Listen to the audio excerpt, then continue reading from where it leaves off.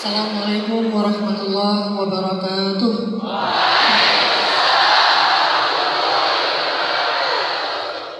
Alhamdulillahirabbil alamin. Alhamdulillahi wa kafa. Wassalatu wassalamu ala Rasulillahil Mustafa wa ala alihi wa sahbihi ahli sidqi wal wafa. Rabbi syrah li sadri wa yassir li amri wahlul 'uqdatan min lisani yafqahu qawli. Sehat semuanya, teman-teman? Boleh nanya sesuatu? Yang datangnya sendiri mohon angkat tangan. Sendiri semua. Yang datang berdua sama teman kos-kosan. Sepertinya wajahnya banyak yang status menunggu nih. Yang di atas status menunggu, di bawah statusnya takut ditolak. Jadi sama-sama deg-degan. Pertanyaan pertama, pernah ditikung? Ditinggalin nikah. Kalau yang pernah ditikung tuh berarti pernah ngerasain apa yang pernah dirasain sama Salman Al-Farisi. Iya, sama muda. Ternyata sahabat Nabi juga pernah ngerasain gimana ditikung. Dan yang lebih beratnya, yang nikung tuh satu geng, satu grup. Sehingga muncullah adegan live group.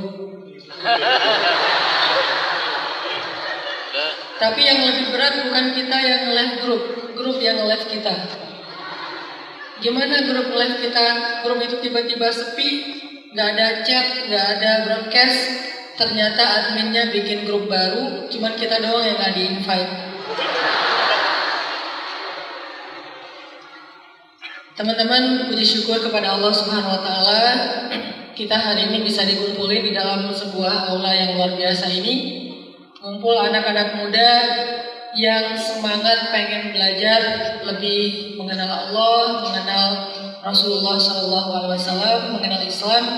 Mudah-mudahan langkah-langkah kaki teman-teman ke sini tuh Allah beri balasan dengan dimudahkan langkah-langkahnya ke surga. Salawat dan salam kepada Rasulullah SAW, sosok yang paling lembut sampai Allah aja kagum sama akhlak Nabi Muhammad SAW. Saking kagumnya Allah tuh kayak muji-muji Nabi tuh di dalam Al-Quran. Apa kata Allah? Wa innaka la'ala khuluqin azim. Kalau kita terjemahin bebas nih, kalimat wa innaka la'ala khuluqin azim itu seolah-olah Allah ngomong, Muhammad, engkau tuh benar ya, akhlaknya luar biasa. Seolah-olah Allah ngomongnya kayak gitu. Saking kagumnya Allah kepada Rasul. Dan di dalam kalimat wa innaka la'ala khuluqin azim itu ada jelas banget kelihatan Allah tuh kagum banget. Kalau dalam bahasa kita tuh emosional banget kalimatnya. Nggak flat, nggak garing. Kan ada kalimat flat garing ya, kayak nggak ada nyawanya, nggak ada ruhnya. Tapi kalau ini ada nuansa emosional. Dari mana? Dari dua kali Allah menyebutkan kalimat penegasan. Wa innaka la'ala khuluqin azim. Jadi seolah-olah Allah tuh lagi kayak mes banget sama Nabi, terus Allah bilang, Muhammad, kau tuh luar biasa ya, kok akhlakmu tuh istimewa banget gitu. Saking Allah kagum kepada Nabi Muhammad SAW. Dan mudah-mudahan kita someday bisa belajar lebih dalam lagi tentang sifat-sifat Nabi Muhammad. Kalau dalam ceramah-ceramah yang biasa kita dengar tuh ada materi tentang Nabi itu yang sifatnya surah. Surah itu penampilan Nabi, janggutnya Nabi, rambutnya Nabi, pakaiannya Nabi, kemudian kayak termasuk fisiknya Nabi. Nabi itu six pack gitu kan. Jadi yang zero pack itu bid'ah ya. Jadi Muslim itu harus six pack, enggak kan sana? Nah itu namanya surah penampilan. Ada juga yang sering dibahas sirah. activity kehidupan Nabi daily-nya, dari mulai beliau bangun tidur sampai beliau tidur lagi, itu namanya sirah. Satu yang jarang dibahas itu yang disebut dengan sarirah. Apa tuh sarirah? Perasaan Nabi. Nabi itu orangnya peka banget, Nabi itu orangnya penyabar banget, Nabi itu orangnya sangat empati kepada orang lain. Nabi itu rafah, nggak pengen ngeganggu orang lain, nggak pengen memberatkan orang lain. Itu namanya sarirah. Pernah ada satu adegan sarirahnya Nabi itu, suatu malam Nabi bermimpi melihat sebuah istana di dalam surga. Kan mimpi seorang Nabi itu wahyu ya, artinya benar-benar firman Allah. Nabi bermimpi masuk ke dalam surga, ngelihat surga yang sangat indah, terus ada sebuah istana yang megah banget di surga itu. Dan nggak sengaja Nabi ngelihat di sebelah istana itu ada seorang bidadari cewek lagi main ayunan. Kebayang ya cewek surga itu kayak gimana? Sampai Nabi menggambarkan kalau cewek surga itu ngeluarin ujung jarinya atau ujung jari telunjuknya ke dunia, itu cahaya dari ujung jarinya aja itu menutupi cahaya matahari. Siapa ustadz cewek surga atau bidadari? Itu yang di atas yang insya Allah solehah. Itulah bidadari surga. Kalau saya bilang yang di depan kan bahaya, bukan bidadari. Terus sampai digambarkan kalau perempuan surga itu minum, air itu kelihatan tuh ngalir di tenggorokannya, saking bening, lebih daripada orang yang udah operasi segala macam, udah gimana gitu ya, itu perempuan surga. Nabi itu nggak sengaja ngelihat ada cewek surga lagi main ayunan di sebelah istana. Dan waktu itu Nabi lagi ditemenin sama Jibril, karena Jibril ini kayak soulmate-nya Nabi banget lah, kemana-mana berdua gitu ya. Nabi nanya kepada Jibril, ya Jibril itu istana siapa? Perhatikan kalimatnya. Nabi nggak nanya ya Jibril itu perempuan istri siapa, karena nggak bagus nanya istri orang. Itu cewek siapa namanya? Nggak bagus nanya nama cewek. Itu akun Instagramnya apa? Nggak bagus nanya-nanya kayak gitu. Walaupun kepo tetap gitu kalau kita. Apalagi kita kadang-kadang keponya tuh pakai akun palsu. Jadi ada 2 akun. Itu mah kita banget lah ya. Ada akun asli dengan nama aslinya dipakai buat tausiah, dengar-dengar kayak yang bagus-bagus lah ya, berita. Satu lagi akun dengan nama palsu buat stalking, kepo, jadi nggak ketahuan kalau kita lagi ngepoin mantan. Nah, Nabi nanya itu istana siapa? Otomatis perempuan itu adalah istrinya pemilik istana. Ini bahasa santunnya Nabi tuh, santun banget. Jadi kayak misalnya ada seorang cewek masuk ke sebuah rumah, kita nanya itu rumah milik siapa? Nggak nanya itu cewek siapa, anak siapa, bukan. Tapi itu rumah milik siapa, otomatis perempuan ini anaknya pemilik rumah. Ini rofahnya Nabi. Lalu Jibril mengatakan itu istananya Umar bin Khattab. Ini menjadi dalil bahwa Umar juga salah satu yang dijamin masuk surga. Itu istananya Umar bin Khattab. Langsung Nabi balik arah dan pergi. Kenapa? Beliau nggak enak, nggak sengaja ngelihat istrinya Umar. Padahal dalam mimpi loh. Kita gak usah dalam mimpi, kenyataan aja enak-enak aja, biasa aja tuh. Apalagi dalam mimpi, Ustaz gak sengaja gak maunya saya juga. Nabi dalam mimpi aja bisa santun, apalagi dalam kenyataan. Langsung balik arah. Besok ketemu Umar, Nabi cerita, Umar, semalam aku mimpi ngelihat istana kamu di dalam surga. Umar kan kegirangan, bahagia ya. Alhamdulillah, coba ceritain Rasul gimana keadaan istana saya. Kata Nabi, ya gitu deh. Nabi gak mau cerita jelas, karena Nabi gak enak sama Umar. Masa Nabi mau bilang, saya juga ngeliat istri kamu loh, cantik loh lagi main ayunan, kan gak pas tuh. Makanya Nabi gak skip gitu.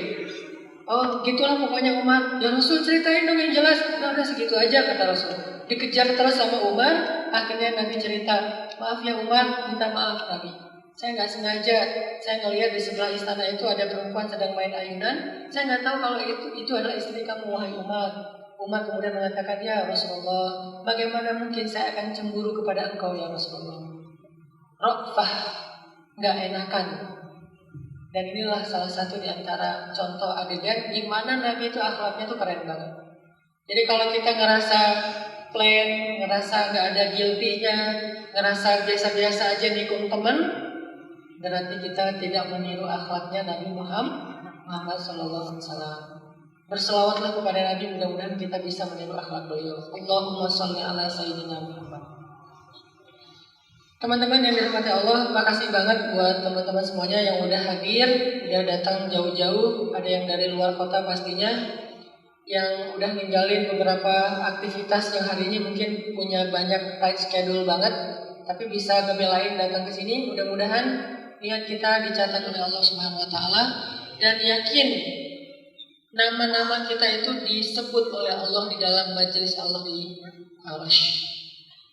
Bahkan malaikat itu ada yang sengaja datang pengen nge-follow kita. Malaikat itu nge-follow orang-orang yang duduk dalam majelis ilmu. Bentuk followingnya malaikat apa? Kalau misalnya kita lagi duduk di sini, malaikat itu senantiasa nge-mention kita dalam doa-doa malaikat. Allahumma gfir lahu warhamhu, nama kita. Didoain tuh sama malaikat terus sampai majelis ini bubar. Dan malaikat tuh kayak nandain gitu ya. Kayak kalau kita tuh difotoin terus di capture, terus kayak dikasih editan gitu di buletin ini yang sering hadir di majelis taklim. Nanti kalau ketemu di padang mahsyar pas hari berbangkit, malaikat itu udah kenal banget dengan kita. Jadi udah nggak perlu kayak perkenalan lagi. Malaikat kenal saya, kenal dong, kamu kan sering hadir dalam majelis ilmu. Sehingga langsung malaikat itu kayak ngedampingin kita, langsung masuk ke lounge-nya surga, terus melewati hisab yang gampang sampai masuk ke dalam surga. Ini keutamaan dari duduk dalam majelis ilmu. Mudah-mudahan semua kita dapat apa yang Allah dan Rasulullah janjikan. Hari ini kita bahas tentang magic word.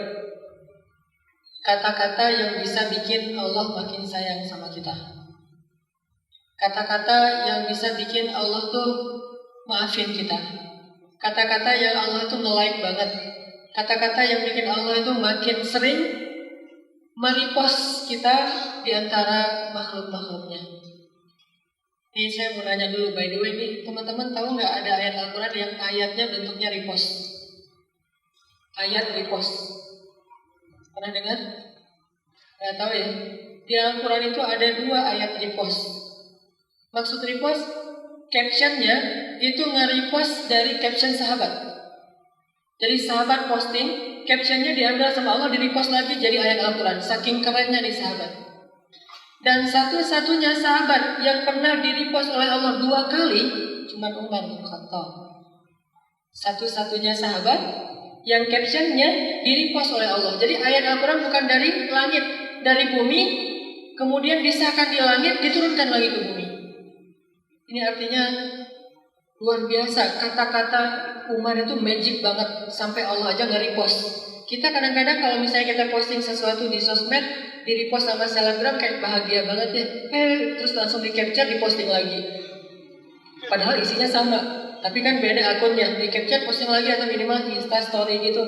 Gua di-post lo sama selebgram siapa, sama ustadz apa, sama artis apa gitu. Ini yang nge-repost Rabbal Alamin, pemilik langit dan bumi. Nge-repost kata-kata Umar, kan berarti Umar itu orang yang punya magic word banget.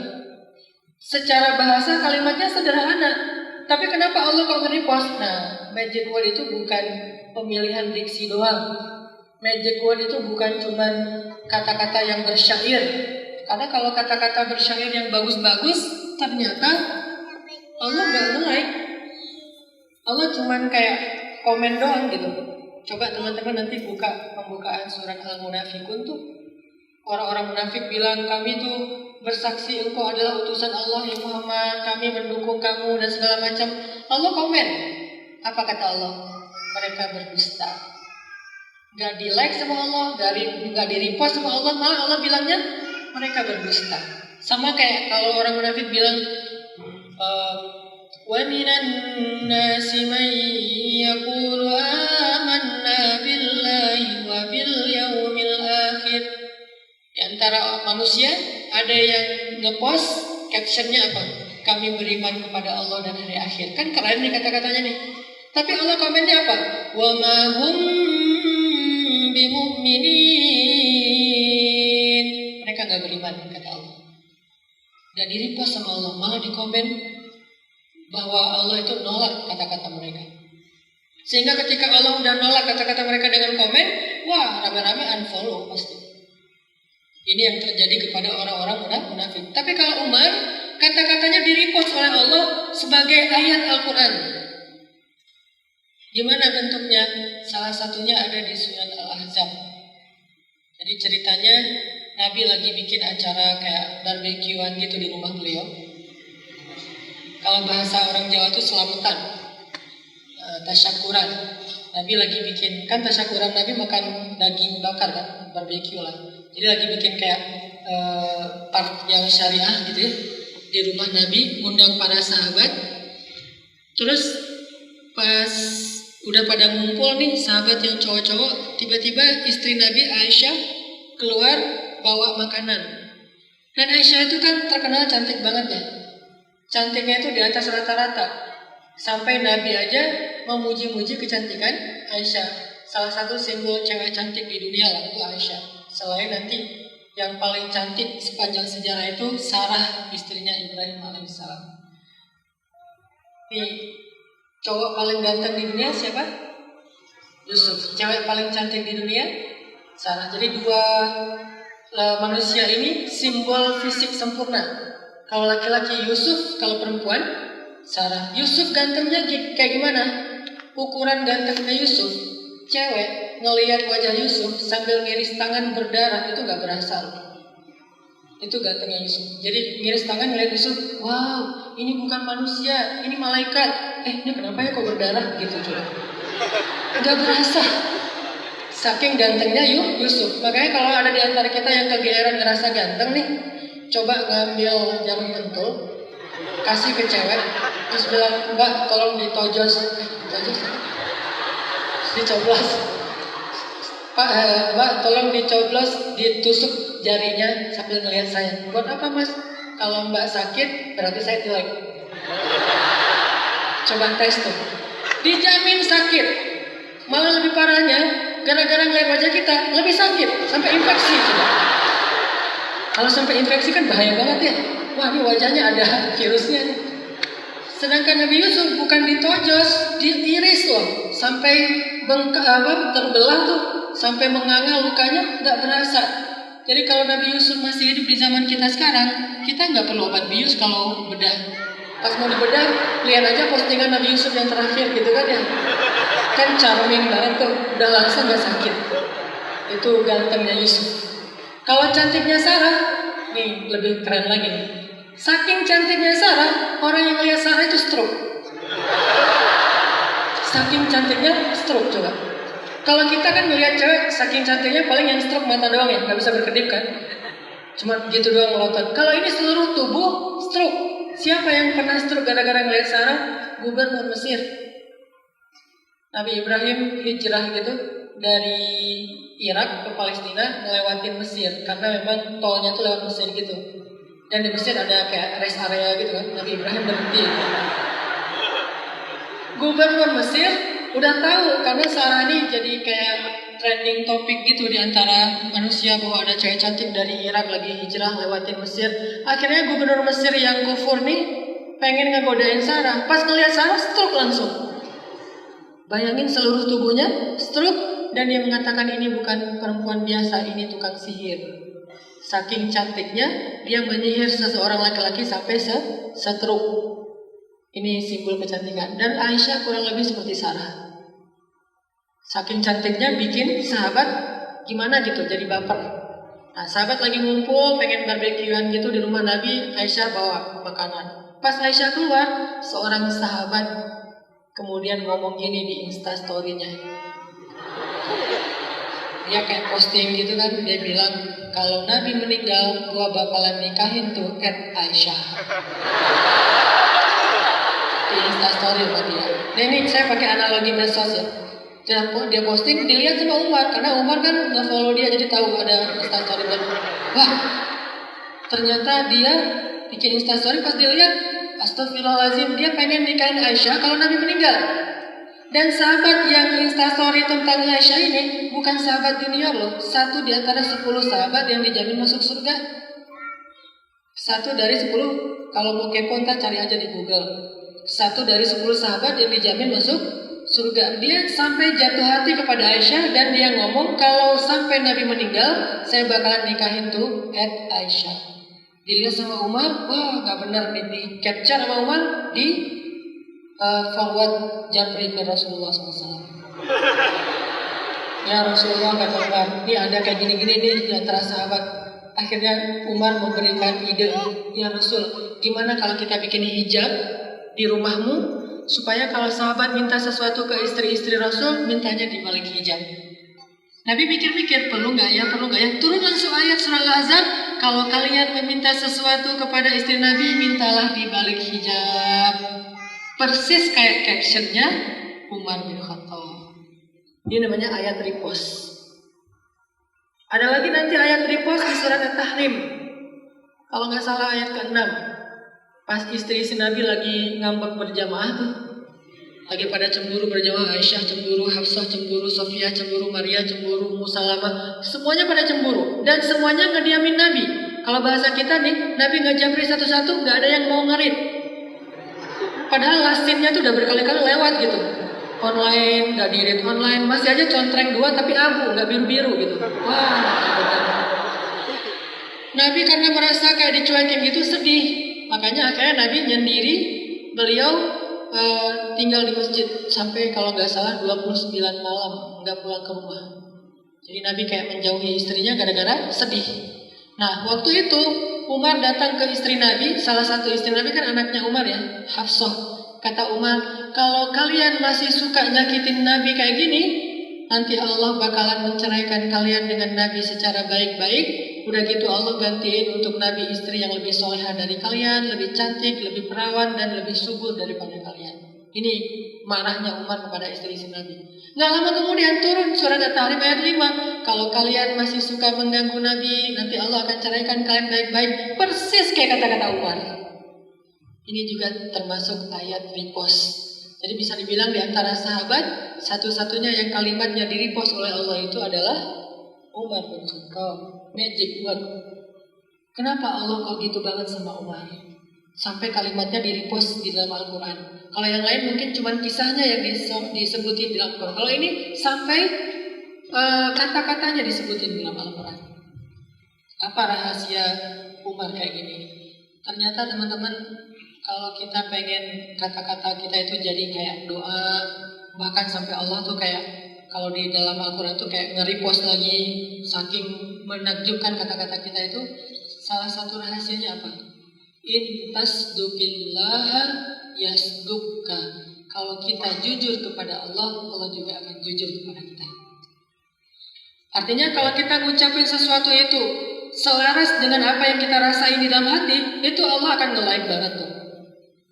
Beda kalau kita memuji-muji Allah, kita tuh kayak bikin syair tentang kebesaran Allah, kita tuh bikin captionnya panjang, di scroll aja nggak selesai-selesai. Kita ngomongin tentang hebatnya Allah segala macam, tapi nggak ada di hati, itu Allah nggak bakalan nge-like. Malah Allah akan komen, itu bohong. Terus gimana biar kata-kata kita tuh magic sampai Allah nge-like, kalau perlu Allah nge-repost di langit, dan Allah menjadikan itu sebagai kebaikan dan kenyataan.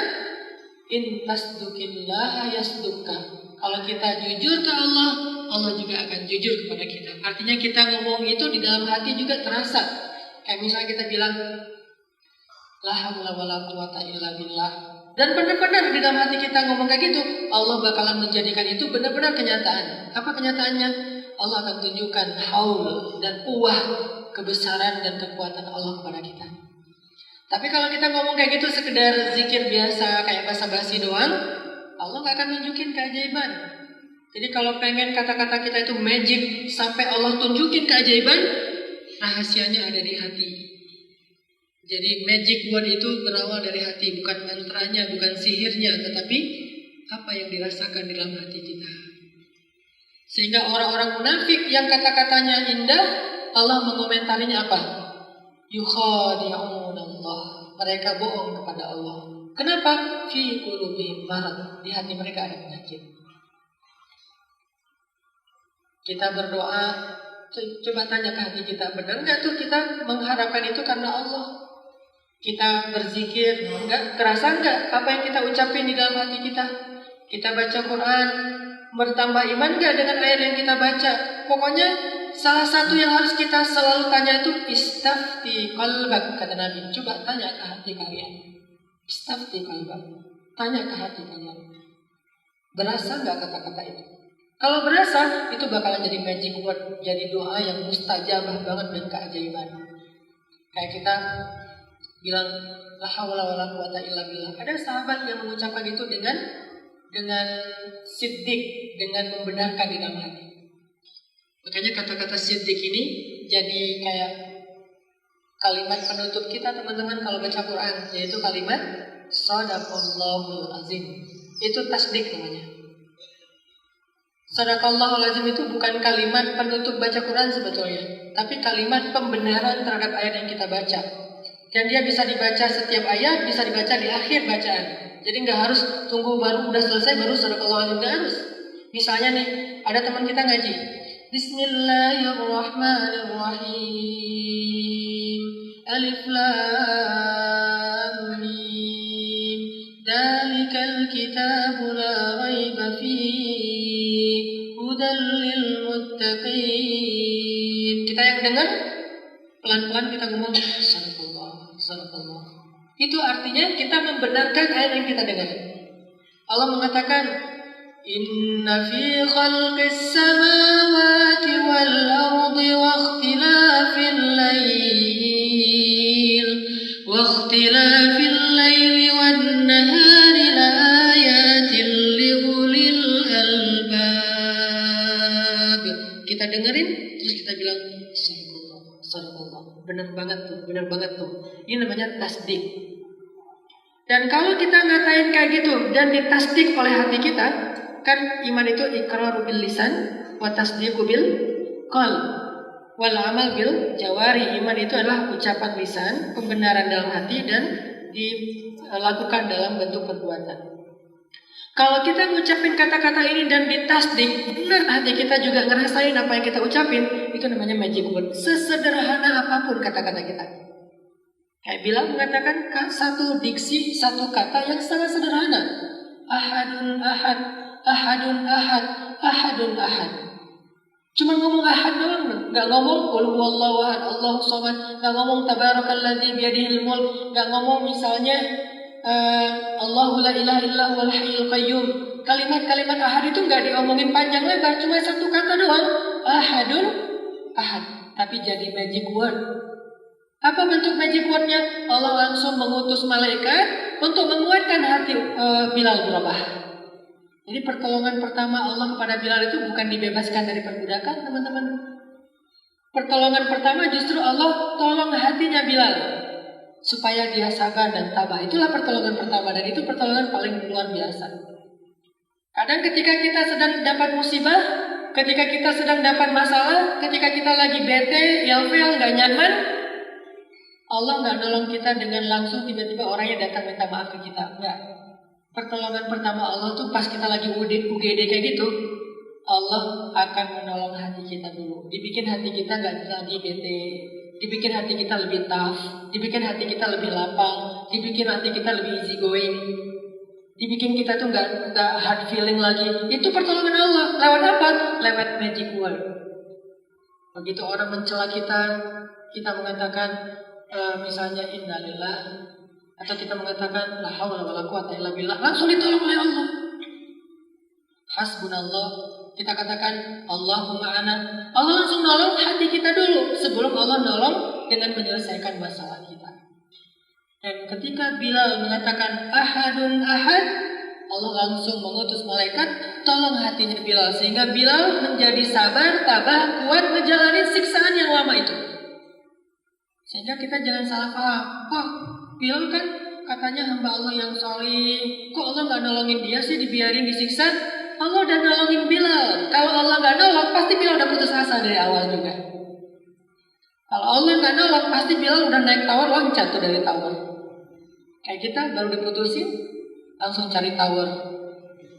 Saya kadang-kadang kalau lagi galau gitu, lagi misalnya habis istri ngambek, misalnya istri kan biasalah rumah tangga pasti ada gitu-gitunya.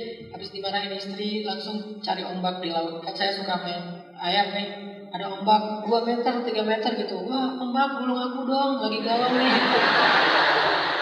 Kan kita gitu ya. Ada lagi yang lebih baper, ombak gulung aku dong, gak apa-apa digulung kamu daripada digulung masa lalu.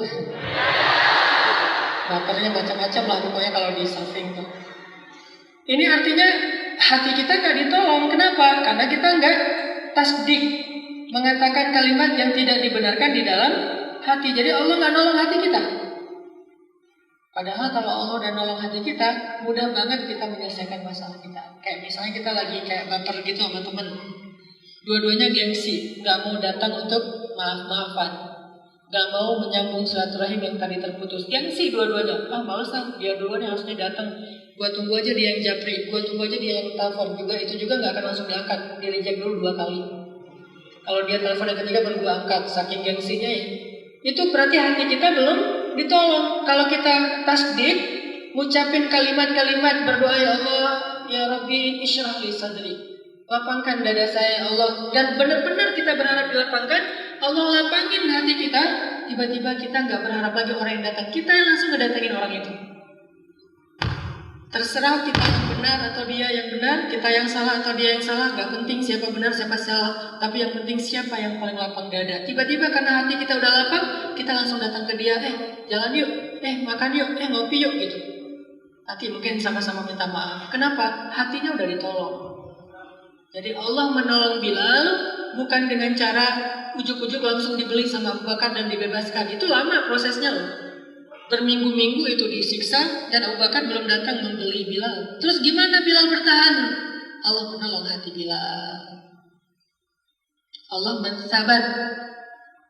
Kan doanya wasabbit aqdamana alal qaumil kafirin. Maksud wasabbit aqdamana itu sama dengan Rabbana la tuzigh qulubana.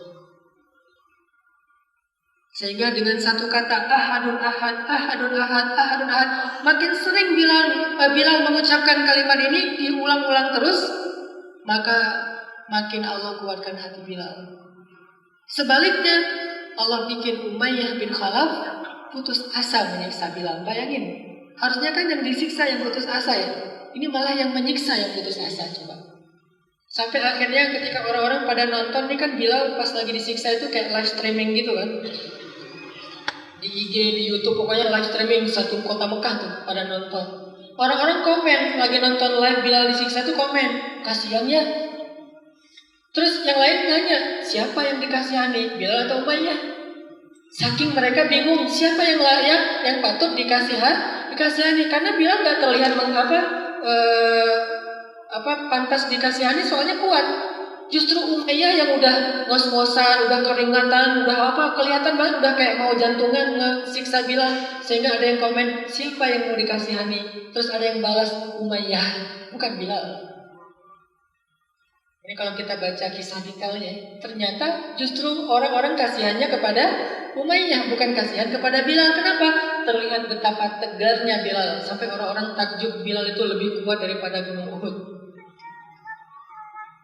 Padahal sebelumnya Bilal itu terkenal seorang budak yang lemah fisiknya. Beda dengan Wahsy. Ini Bilal sama Wahsy ini satu kos-kosan berdua. Kalau Wahsy jago tombak, Bilal itu nggak jago tombak. Dia bukan petarung, dia tuh ngerawat ternak, ngasih makan, nyapu-nyapu di rumah orang. Bukan budak yang fisiknya bagus. Pernah Umayyah tuh ngadu duel Bilal sama Wahsy di atas ring, jadi kayak mix martial art gitu, ultimate fight gitu kan. Bilal disuruh naik ke ring, padahal dia nggak pernah pengalaman tarung. Maksudnya nggak bisa naik aja daripada gua cambuk lah. Naiklah Bilal. Tarung sama Wahsy itu sekali banting kalah Bilal. Jadi Wahsy itu jauh lebih kuat daripada Bilal. Tapi begitu Bilal disiksa, Wahsy heran. Ya Bilal, saya kenal kamu itu laki-laki yang lemah. Tiba-tiba kamu menjadi kuat. Apa yang membuat kamu kuat? Ahadun ahad, ahadun ahad. Jadi bukan karena fisiknya kuat, tapi Allah kuatkan hatinya. Sehingga ketika orang dapat musibah, Allah menasihati hatinya dulu. Bukan, ayo latihan fisik lagi biar kalian kuat menahan rasa sakit. Bukan itu dulu. Yang pertama Allah katakan, ya ayyuhalladzina amanu sabiru wasabiru warabitu. Wahai orang yang beriman, bersabarlah, itu hati. Kuatkanlah kesabaran, itu juga hati. Dan teguhkanlah pendidikan, baru fisik. Hati-hati baru fisik. Berarti magic word yang diucapkan Bilal, ahadun ahad, ahadun ahad, itu bikin Allah langsung sayang kepada Bilal. Kenapa? Padahal kata-katanya sederhana. Karena dia tasdik, kata-katanya itu selaras dengan apa yang dia rasain di dalam hati. Ahadun ahad itu kan kalau kita perpanjang jadi kayak hasbunallahu wa ni'mal wakil, bisa juga la haula wala quwata illa billah, bisa juga la tahzan innallaha ma'ana, itu kan penjabaran dari ahadun ahad ya. Panjang tapi disingkat oleh Bilal dengan satu kata ahadun ahad. Pernah juga Bilal kayak curhat gitu sama Nabi. Dia tuh lagi di masjid rame-rame pada wirid, zikir gitu kan. Bilal ngedeketin, dengerin Nabi wirid apa. Panjang banget wiridnya Nabi. Nabi itu kalau lagi wirid, lagi berdoa, lagi berzikir, itu bisa semalaman dari tengah malam sampai subuh wirid doang tuh. Makanya pernah Aisyah cemburu sama Nabi. Jatah malamnya Aisyah lagi tidur, tiba-tiba Nabi ngilang. Aisyah bangun, raba-raba, Nabi kemana nih? Wah, curiga Aisyah. Karena cemburu jadi curiga. Jangan-jangan pindah ke rumah yang lain. Didatengin tuh rumah istri-istri Nabi satu persatu, ketok-ketok. Assalamualaikum, dibukain sama Maria. Waalaikumsalam. Ada Nabi nggak di sini? Nggak ada Aisyah. Beneran. Udah, pergi lagi. Ke rumah Sofia nggak ada. Keliling rumah istri Nabi satu persatu nyari Nabi karena takutnya Nabi pindah ke rumah istri yang lain. Saking cemburunya Aisyah. Pas pulang lewat Masjid Nabawi karena di sebelah rumah Aisyah, lihat ternyata Nabi lagi sujud di mihrab Masjid Nabawi yang sekarang jadi raudhah. Sujud panjang dan menangis. Kenapa Nabi sholat di situ? Ini rahasianya nih. Karena Nabi kalau sholat malam itu kadang terlalu khusyuk, terlalu berasa di hati beliau sampai nangisnya nggak ketahan. Dan Nabi nggak mau gara-gara beliau nangis Aisyah terbangun. Saking pekanya Nabi nggak pengen gara-gara beliau sholat dan menangis Aisyah terganggu tidurnya, makanya Nabi sholat di mihrab. Kadang-kadang Nabi sholat tahajud jadi sebelah Aisyah tidur, Nabi sholat tahajud. Kenapa? Karena Nabi tahu kadang Aisyah malam-malam tuh nyari Nabi, sehingga kalau Nabi sholat di sebelah Aisyah, nanti Aisyah pas ngeraba-raba megang jempol Nabi tidur lagi. Nabi nggak ngajak Aisyah tahajud. Kenapa? Kasihan. Soalnya tahajud Nabi itu panjang banget. Kebayang gak sholat tahajud Nabi itu 1 rakaat 5 juz. 1 rakaat 5 juz. Kita 1 rakaat 1 ayat Alif Lam Mim. Rakaat kedua Alif Lam Ra. Rakaat ketiga Nun. Rakaat keempat Qaf. Disingkat satu surat pembukaan. Kadang-kadang Al-Ikhlas dibagi 3.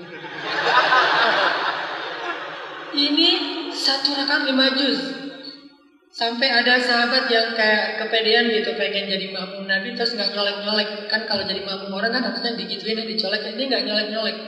Dan sahabat ini bukan sahabat biasa loh. Ini sahabat senior yang hafiz Al-Quran, Abdullah bin Mas'ud.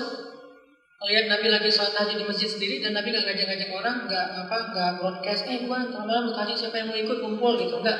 Walaupun boleh banget tahajud bareng-bareng, tapi Nabi nggak pengen memberatkan sahabat, jadi beliau sendiri aja. Terus jadi makmum aja nggak nyolek. Nabi baca Alif Lam Mim, Dzalikal Kitabu La Raiba Fiih. Abdullah mengikuti, masya Allah. Nggak sengaja lama-lama, bentar dulu, ini udah setengah juz deh. Oh iya ya, udah setengah juz, kok lama banget ya mulai ini. Abdullah membatin. Lama, udah 1 juz. Wah, Nabi lagi ngejos nih. 1 juz, udah ruku-ruku. Abdullah mulai berpikir, ya Allah mudah-mudahan Nabi capek dan terus habis 1 juz ruku. Lanjut juz 2, selesai juz 2, lanjut juz 3, selesai Al-Baqarah. Abdullah udah siap-siap, udah mau ruku nih, bentar lagi. Ali Imran, kebayang gak? Lanjut Ali Imran. Habis Ali Imran, Abdullah udah, ya Rasul capek dong nih, berdiri udah sebelah kaki, gonta-ganti gitu. Al-Maidah, waktu itu Al-Quran belum tersusun jadi loncat. Al-Maidah, An-Nisa, 5 juz lebih, 1 rakaat. Siapa yang sanggup jadi makmumnya Nabi? Dan Nabi nggak tahu ada Abdullah. Kalau tahu ada Abdullah pasti bacanya Al-Ikhlas. Kenapa bisa gitu? Ini bedanya Nabi sama kita ya. Kita kalau ada orang bacanya Al-Baqarah, nggak ada orang Al-Ikhlas dibagi 3. Kalau Nabi ada orang, kalau nggak ada orang bacanya 5 juz, ada orang bacanya yang ringan. Ketika ditanya kenapa ya Rasul, jawaban Nabi, likai la yakuna harajan li ummati. Saya tuh nggak pengen menyusahkan umatku. Beda kan? Nah, jadi magic word banget nih. Karena Bilal dengerin Nabi wirid apa sih panjang banget. Nah, pergi lagi ke Ibnu Abbas. Ibnu Abbas itu ulamanya sahabat. Sahabat itu udah keren ya. Ini di atasnya sahabat ilmunya. Ulamanya sahabat dan usianya masih SD. Masih anak kecil tapi udah jadi ulama, didengerin sama Bilal. Ini bocah baca apa sih? Kok panjang banget sih doanya? Akhirnya pas sudah beres semuanya wirid, Bilal curhat ke Nabi. Rasul boleh curhat dikit nggak? Apa wahai Bilal? Kata Nabi. Kata Bilal, saya tuh nggak bisa wirid seperti Nabi, seperti Ibnu Abbas. Wiridnya pada panjang-panjang. Saya nggak hafal. Gimana tuh? Kata Bilal. Nggak pakai atuh sih. Gimana? Terus kata Nabi, memang kamu wiridnya apa Bilal? Kata Bilal, wirid saya itu gini ya Rasul, cuma sederhana. Allahumma inni as'aluka ridhaka wal jannah wa a'udzubika min sakhatika wan nar. 4 hal. Ini doa Bilal nih, bukan doa Nabi. Allahumma inni as'aluka ridhaka wal jannah wa a'udzubika min sakhatika wan nar. 4 hal. Minta ridho Allah, surga Allah, berlindung dari kemarahan Allah dan neraka. Cuma segitu doang ya Rasul, saya ulang-ulang, gak ada yang lain, soalnya stoknya habis. Apa kata Rasul? Ya Bilal, doa kami yang panjang banget itu, wirid-wirid yang panjang, intinya itu juga. Artinya Bilal tuh orangnya gak bilang inti-intinya aja, mirip-mirip kita lah. Rabbana atina fid dunya hasanah. Pamungkas banget lah. Tapi kalau itu tasdid di hati, itu powerful. Kadang kita nggak tahu doa bahasa Arabnya apa. Ya Allah nih, saya nggak bisa doa bahasa Arab nih, tapi kan kau maha tahu isi hatinya, powerful loh. Wa asirru qawlakum aw ijharu bi innahu alimun bidzatis sudur. Kalian tampakkan, kalian rahasiakan isi hati kalian, alimun bidzatis sudur. Allah tahu kok isi hati. Jadi yang dibutuhin itu yang pertama adalah tasdik. Benar-benar berasa di dalam hati kita, itu bakalan jadi magic word banget. Bahkan kadang kita gak ngomong aja Allah udah kabulin doa kita. Gak ngomong, gak berdoa dengan lisan, cuman kayak ngebatin doa dalam hati. Baru ngebatin, Allah udah ngabulin. Siapa yang pernah kayak gitu? Nabi pernah. Nanti coba teman-teman baca lagi kisah perubahan kiblat di pembukaan juz kedua tuh. Saya kulus suka. Jadi ceritanya awalnya kan kaum muslimin kalau sholat tuh dari sejak Mekah sampai beberapa saat di Madinah tuh menghadap ke Al-Aqsa, Palestina. Mirip seperti orang Yahudi kalau sholat juga ke Palestina. Akhirnya orang Yahudi kayak bikin hashtag gitu. Hashtagnya apa? Islam fake katanya. Kenapa fake? Agamanya ikut-ikutan orang Yahudi. Kita sholat ke sana, mereka menghadap ke sana, ikut-ikutan aja. Terus hashtagnya viral, ramai-ramai mereka asal posting pakai hashtag itu. Itu sholatnya orang Islam ikut-ikutan, sholatnya orang Islam ikut-ikutan, kayak gitu-gitu. Akhirnya Nabi sedih digituin, sahabat-sahabat juga sedih digituin sama orang Yahudi. Setiap hari Nabi keluar dari rumah ngeliat ke langit, nggak ngomong apa-apa, cuma ngebatin doang, ngeliat ke langit. Apa yang Nabi ngebatin di dalam hati beliau? Nabi ngebatinnya gini, ya Allah, bisa nggak ya kiblat itu dipindahin aja ke Mekah? Mau ngomong nggak enak, soalnya kan ini kayak hak Allah yang mau disuruh kemana menghadap, ikut aja, nggak usah protes. Tapi kalau nggak ngomong juga nggak enak sama orang Yahudi yang suka bikin hashtag-hashtag yang kayak fake gitu, kayak apa, haters banget lah pokoknya. Setiap kaum muslimin sholat mereka komen, ikut-ikutan, pokoknya haters saja. Mereka nggak nge-follow Nabi itu kecuali pengen nge-haters. Itu Yahudi. Tapi Nabi mau ngomong juga nggak enak sama Allah, ngebatin, melihat ke langit, balik lagi ke rumah. Besok melihat ke langit, balik lagi ke rumah. Besok melihat ke langit, balik lagi ke rumah. Tiba-tiba turun ayat. Qad nara taqalluba wajhika fis samaa falanuwalliyannaka qiblatan tardaha. Kami sudah melihat bagaimana engkau setiap hari menengadah ke langit, kata Allah. Mulai sekarang, maka kami palingkan kiblat ke arah yang engkau senangi, wahai Muhammad. Allah kabulkan, padahal Nabi nggak berdoa loh. Nabi nggak ngomong, cuma ngebatin doang. Kenapa? Magic word. Magic word. Gimana kita memiliki magic word kayak gini? Balik lagi ke kisah yang tadi saya pengen sampaikan. Ada seorang sahabat, bapak ibu, dua suami istri udah tua. Mereka punya anak satu-satunya remaja, ditawan sama musuh. Mereka ini orang miskin. Dalam satu peperangan, anaknya ditawan sama musuh. Udah gitu musuh minta tebusan. Kalau nggak bayar bakalan dibunuh nih. Dikasih waktu 1 hari. Bingung, minjam ke kanan kiri, cari ke finance, nggak ada yang bisa menjamin karena nggak ada jaminan. Ke finance ditolak, ke tetangga nggak ada yang punya duit, datang ke Nabi juga lagi nggak punya apa-apa. Akhirnya dia datang ke Nabi bilang, ya Rasulullah, gimana ini anak saya? Kalau malam ini snack nggak bayar tebusan, anak saya bakalan dibunuh ya Rasul. Apa kata Nabi? Sabar ya, perbanyak zikir la haula wala quwwata illa billah. Bayangin. Orang lagi punya masalah yang urgent banget, yang lagi darurat, Nabi gak ngasih uang, gak ngasih solusi, cuma ngasih zikir. Magic word. Banyak-banyak mengucapin la haula wala quwwata illa billah. Dia gak protes. Ya Rasul itu sudah pasti, tapi butuh tebusan. Dia gak ngomong kayak gitu, karena kalau dia ngomong kayak gitu, berarti hatinya masih ragu dengan la haula. Buat seorang yang beriman, tidak ada kata-kata tapi, yang ada sami'na wa ata'na. Ini namanya iman yang ajaib, makanya dikasih keajaiban oleh Allah. Kalau iman kita ajaib, Allah kasih keajaiban. Kalau iman kita biasa-biasa aja, Allah kasih hal yang biasa-biasa aja. Dia datang, oh Nabi, anak saya ditawan, saya nggak bisa nebus, nanti dia akan dibunuh. Kata Nabi, zikirkan la haula wala quwwata illa billah. Baik ya Rasulullah, dia pulang. Istrinya nunggu di rumah. Sampai di rumah istrinya bilang, Mas gimana, apa udah dapat uang tebusan pinjaman? Kata suaminya, enggak bu. Terus gimana? Nabi ngasih solusi lain. Apa? Perbanyak zikir la haula wala quwwata illa billah. Beneran. Udah ayo kita zikir. Gitu istrinya, soleh-solehah dua-duanya. Sepanjang malam mereka la haula wala quwwata illa billah sambil menangis la haula wala quwwata illa billah. Dan kata-kata sederhana ini ditasdik di dalam hati mereka. Yakin banget Allah Maha Kuasa.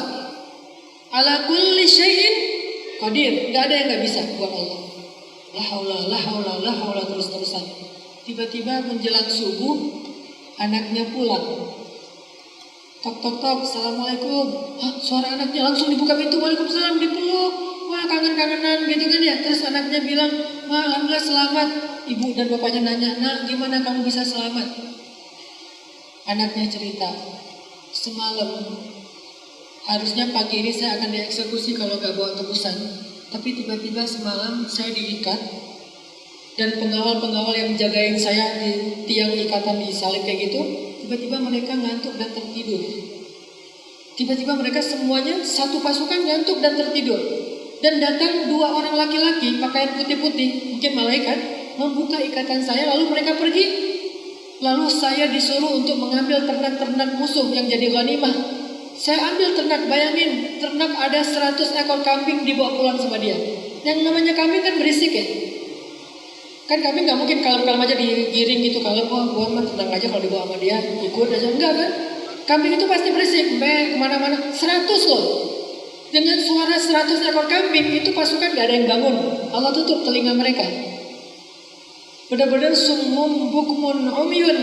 Benar-benar Allah tutup penglihatan mereka, telinga mereka, hati mereka. Gak sadar sama sekali. Dia keluar selamat sambil membawa ghanimah harta 100 ekor kambing. 1 ekor 3 juta, 300 juta untungnya dengan la haula wala quwwata illa billah. Itu kenyataan, magic word. Kalimat yang kita juga mengucapkan. Kenapa kita tidak dapat keajaiban dengan kalimat yang sama? Mungkin rahasianya bukan kalimatnya tidak benar kita ucapin, tapi belum ditasdik, dibenarkan dengan hati kita. Yakin gak sih bahwa Allah itu benar-benar ala kulli syai'in qadir ketika kita bilang la haula wala quwwata illa billah? Dan Allah, ana inda dhanni 'abdi bi. Aku gimana perasaan hambaku? Kalau dia prasangka kepada aku yakin banget, ya aku tunjukin keajaiban. Kalau dia ragu-ragu, ya aku tunjukin sesuai dengan kadar keraguan dan keyakinannya. Jadi kalimat itu kalimat yang magic sebetulnya. Cuman kita selama ini tidak mentasdik dengan hati kita. Sama kayak doa Rabbi Shrah li sadri. Kalau teman-teman tahu, dulu tahun 2006 awal-awal saya pulang dari Mesir tuh. Saya tuh kan sebetulnya hobi saya tuh main traveling, jalan, main air gitu-gitu lah hobinya. Tiba-tiba pulang dari Mesir saya baru mulai usaha. Dulu tuh saya punya usaha pulsa, belum ada di Alfamart. 60 cabang di Kota Bandung. Saya jual pulsa tuh, ditaruh di kios-kios, di mana-mana gitu.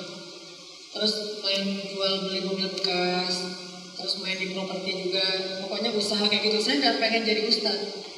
Karena orang tahunya saya pulang dari Mesir, dipanggil Ustadz, diundang sama ibu-ibu MT. Ustadz, ceramah dong, tausiah di majelis taklim kita. Saya bilang, saya nggak bisa tausiah. Saya nggak bisa ceramah, nggak ada bakat ceramah juga dari kecil juga, bukan penceramah. Tapi kan Ustadz belajar di Mesir, pasti bisa lah. Coba dulu dipaksa-paksa, akhirnya saya terima nih. Saya terima, saya bingung. Wah, gimana cara ngomongnya nih? Saya baru pertama ceramah. Bayangin ceramah karena saking nervousnya, kebalik ngucapin Allah Sallallahu Alaihi Wasallam, Rasulullah Subhanahu Wa Taala. Kebalik saking groginya tuh. Dan waktu itu saya bingung mau ceramah gaya siapa ya. Saya coba pertama gaya Agin, karena dia di Bandung kan. Halo, betul tidak? Gitu. Tapi karena saya orang Aceh dan di Bandung itu baru beberapa bulan, jadi belum dapat nih sense Sundanya tuh. Tetap aja nggak nyambung, orang pada diem. Nah mati saya, kok nggak lucu ya? Orang biasa-biasa aja tuh kayak flat gitu kan dengerin ceramah saya. Oh gagal, besok disuruh ceramah lagi ganti gaya Zainuddin Amzad. Assalamualaikum. Suara saya nggak ngepas, jadi nggak masuk juga. Apaan sih kok ilfil banget ya dengar ceramah Ustadz ini? Banyak yang komen gitu, sekarang banyak yang ngasih tahu. Dulu Ustadz tuh, Ustadz pas ceramah saya tuh ngantuk banget kata dia. Apaan sih ini Ustadz ceramah kok kaku banget sih gitu-gitu. Ternyata rahasianya bukan coba-coba gaya, tapi rahasianya Rabbi syrah li sadri wa yassir li amri wahlul 'uqdatam min lisani yafqahu qawli. Jangankan saya yang lisannya sehat, Nabi Musa aja pas baca doa itu kan lisan beliau lagi keluh ya. Kan Nabi Musa itu cacat lidah beliau dari sejak kecil. Kenapa? Gara-gara waktu kecil tuh makan bara api. Nabi Musa ngambil arang yang lagi membara, dimakan sama beliau, sehingga lidah Nabi Musa itu cacat permanen. Kalau ngomong tuh susah. Nabi Musa aja yang cacat permanen, baca doa ini lancar loh ngomongnya. Kan tadinya Nabi Musa nggak pede kan mau ketemu Firaun. Coba baca surat Al-Qasas, surat Toha. Kayak gimana Nabi Musa bilang ke Allah, ya Allah, kasih saya seorang juru bicara, pendamping, yaitu Harun. Karena huwa afsahu minni lisanan. Karena Harun itu lebih fasih daripada saya dalam berbicara. Itu kata-kata Musa. Dia nggak pede mau ngomong sama Firaun, mau debat sama Firaun, sehingga minta tolong Harun sebagai orator. Harun itu public speaker banget. Minta tolong kalau bisa Harun yang dampingin saya biar ngomong sama Firaun. Oke, Allah tunjukin. Nih bawa Harun. Tapi kalau kita baca ayatnya, ternyata kalimatnya apa? Wa qala Musa, wa qala Musa, wa qala Musa. Enggak ada wa qala Harun. Berkatalah Musa, berkatalah Musa, berkatalah Musa. Pas ketemu Firaun yang ngomong Musa bukan Harun. Kenapa? Rabbi shrah li sadri wa yassir li amri wahlul 'uqdatam min lisani yafqahu qawli. Ternyata retorika speech, public speaking nomor 1 itu adalah Rabbi shrah li sadri. Mulailah saya ceramah, ya be yourself aja lah pokoknya gimana saya biasa ngomong ke teman lagi nongkrong di kafe. Ya kayak gitu saya pakai dalam ceramah. Ternyata justru berkenan buat segmen tertentu, yaitu anak muda. Udah jalanin aja. Gak perlu pakai gaya-gaya siapa gitu. Akhirnya malah gaya ini mulai ditiru-tiru. Nih saya mau ngomong gaya besar anak nih, mulai dipakai. Kenapa? Karena itu bukan gaya saya sebetulnya, itu gaya Rabbi shrah li sadri. Ini magic word. Syaratnya apa? Yakin. Kalau saya habis baca doa ini, bakalan Allah tuntun lisan saya. Ini rahasia kalau teman-teman pas lamaran diterima, biar gak keluh lisannya menghadapi calon mertua yang berkumis tebal. Di depan rumah ada Rabbi shrah li sadri wa yassir li amri wahlul 'uqdatam min lisani yafqahu qawli. Pas udah dekat rumahnya, auzubillahi minasyaitonir rajim. Siapa tahu calon mertuanya lagi kesetanan kan langsung Allah padamkan apinya. Magic word tiba-tiba berubah. Orang yang tadinya marah jadi senang. Itu terjadi juga kepada Hasan Al-Basri. Hasan Al-Basri itu luar biasa. Pernah diancam mau dibunuh sama Hajjaj. Hajjaj itu gubernur Irak yang terkenal sering bunuh ulama. Salah satu ulama yang dibunuh Hajjaj itu adalah Abdullah bin Zubair. Seorang sahabat kecil yang kalau sholat duha itu merpati sampai hinggap di atas kepala beliau saking lamanya berdiri. Orang soleh banget dibunuh sama Hajjaj. Jasadnya digantung di Ka'bah. Hajjaj ini gubernur paling kejam, Malikan Jabbar. Itu benar-benar gubernur yang kejam. Nah gubernur ini, by the way, dia lagi bikin istana baru gitu. Lagi bikin istana baru, depannya ada kolam, sekelilingnya tuh ada kolam, keren aja. Pas sudah jadi dia posting. Dia posting di akunnya, terus dia nge-tag ulama-ulama yang terkenal, kayak tokoh-tokoh gitu, minta kayak testimoni, minta like dari mereka, minta komen dari mereka. Misalnya Ibnu Musayyib, Uwais Al-Qarani, zaman-zaman dia kan, tabi'in, Hasan Al-Basri. Rata-rata ulama yang di-tag sama Hajjaj nge-like, basa-basi doang biar dia nggak marah, kecuali Hasan Al-Basri, dia nggak nge-like. Malah dia komen, ini adalah tempat tinggal kamu di neraka, kata Hasan Al-Basri. Karena dia membangun istana itu dari hasil korupsi. Ini tempat tinggal kamu di neraka, kata Hasan Al-Basri. Marah Hajjaj, komennya langsung di-delete sama Hajjaj, daripada dibaca orang kan, langsung delete, karena dia punya akun. Udah gitu, langsung merintahin tentara untuk nangkep Hasan Al-Basri di Madinah. Hajjaj di Irak, dibawalah ke Irak Hasan Al-Basri, diborgol gitu. Dan Hajjaj udah siap-siap akan memenggal kepala Hasan Al-Basri sampai di Irak. Begitu Hasan Al-Basri sampai di Irak, Hasan Al-Basri berdoa, ya Allah, padamkanlah api kemarahan di dalam hati orang ini, sebagaimana engkau memadamkan api bagi Ibrahim. Begitu ketemu dengan Hasan Al-Basri, tadi udah marah Hajjaj, udah bilang, nah kamu ngajak. Begitu dekat dengan Hasan Al-Basri, tiba-tiba Hajjaj berubah jadi sangat bahagia, terus kayak respect banget sama Hasan Al-Basri, luluh hatinya, langsung silakan cium tangan Hasan Al-Basri, masuk ke dalam, disediain makanan-makanan yang banyak, sampai kenyang, pulang, dianterin. Di tengah jalan pulang, pengawal Hasan Al-Basri bertanya, ya Syekh, tadi ketika kami menangkap Tuan, sebetulnya Hajjaj itu pengen membunuh Tuan, karena dia marah dengan komen Tuan di Instagramnya. Terus tapi kami heran, ketika ketemu Tuhan, kenapa Hajjaj yang kami kenal galak, yang serem banget, tiba-tiba berubah jadi baik. Jadi kayak humble banget. Hasan Al-Basri mengatakan, ini adalah kebesaran Allah. Ya Allah, padamkanlah api kemarahan di dalam dirinya, sebagaimana engkau memadamkan api bagi Ibrahim. Magic word. Sebetulnya ini kalimat-kalimat sederhana yang membuat dia luar biasa, tasdik dengan hati kita. Dibenarkan di dalam hati. Terakhir ada lagi juga kalimat yang magic gitu. Nanti mungkin ada sesi tanya jawab yang satu contoh lagi, Nabi Yunus alaihissalam. Kan Nabi Yunus itu pernah bikin Allah kecewa ya, gara-gara beliau live group kan. Jadi ada grup pembinaan gitu, grup dakwah beliau. Cuman beliau di grup itu dibully terus. Setiap posting hadis dibully, posting ayat dibully, sok soleh, sok ahli surga, sok apa segala macam, sok suci, dibully terus. Lama-lama Nabi Yunus ngerasa kayak, aduh ini udah gak ada harapan lagi ngedawahin mereka, pergi aja, tinggalin live group. Bahasa sosmed kita lah, tinggalin. Mau bikin grup baru nih, ternyata Allah gak ridho. Nabi Yunus dikasih ujian, tenggelam, dimakan sama hut, ikan paus. Di dalam perut ikan paus, Nabi Yunus akhirnya sadar kalau beliau melakukan kesalahan, istighfar, dan kata-katanya itu lembut, tapi itu benar-benar menggetarkan arasy. Subhanallah, inni kuntu minaz zalimin. Itu kata-kata Nabi Yunus. Subhanaka, inni kuntu minaz zalimin. Kalimat Nabi Yunus ini sederhana dan pelan, sampai ikan aja nggak dengar suara Nabi Yunus, padahal dia ada di dalam perutnya ikan. Ikan yang menelan beliau nggak dengar suara beliau, saking pelannya suara Nabi Yunus. Ini orang udah mati atau apa sih kalau nggak bersuara, kata ikan teh. Nggak sadar kalau ikan Nabi Yunus itu di dalam berdoa, saking nggak kedengaran suara Nabi Yunus, sampai ulama menyimpulkan huwa fil zulumatin salas. Yunus itu berada di dalam 3 kegelapan. Kegelapan perut ikan, kegelapan malam, dan kegelapan lautan. 3 kegelapan. Fi zulumatin salas. Tidak ada yang tahu lagi tentang Yunus. Pokoknya akunnya udah di-ban. Gak ada yang tahu lagi tentang Yunus. Pokoknya hilang dari peredaran. Tapi dengan doa yang pelan kayak gitu, tiba-tiba arasy bergetar. Arasy itu kan makhluk Allah yang pertama diciptakan. Arasy itu bergetar.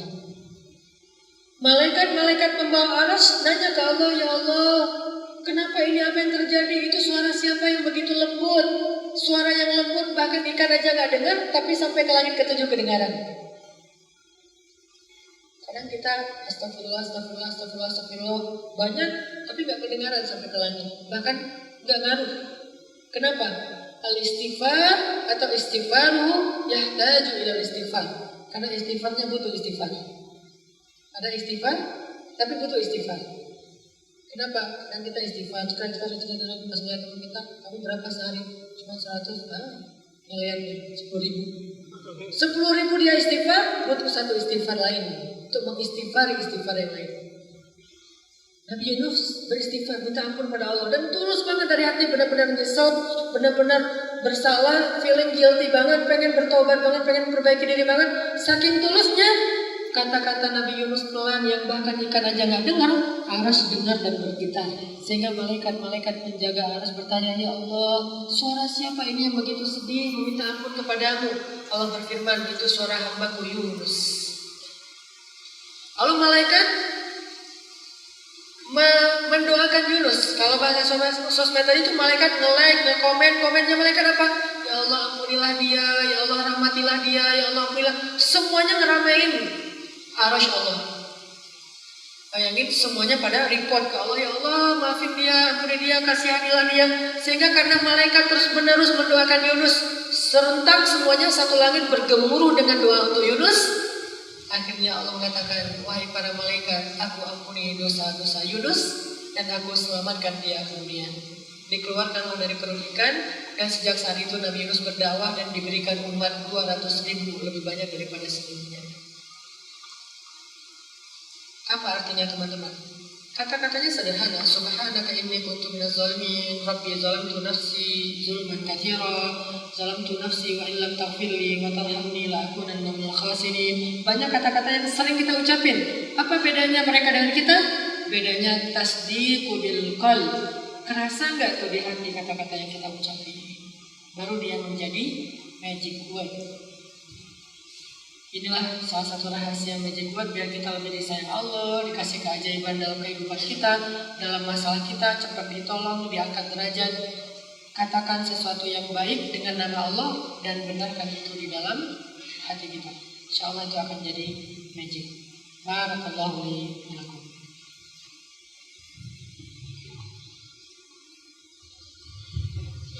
Kok diam semua ini ya? Masya Allah. Baik, alhamdulillah, jazakumullah khairan katsir untuk Ustaz Hanan yang telah memberikan materi yang sangat luar biasa. Sesi berikutnya adalah tanya jawab. Mohon dibantu panitia untuk mic-nya dan perlengkapannya.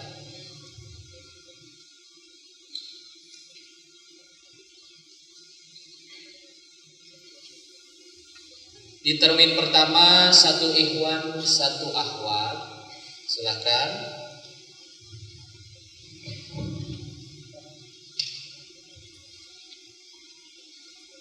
Yang pakai kacamata ya, ikhwannya. Akhwatnya?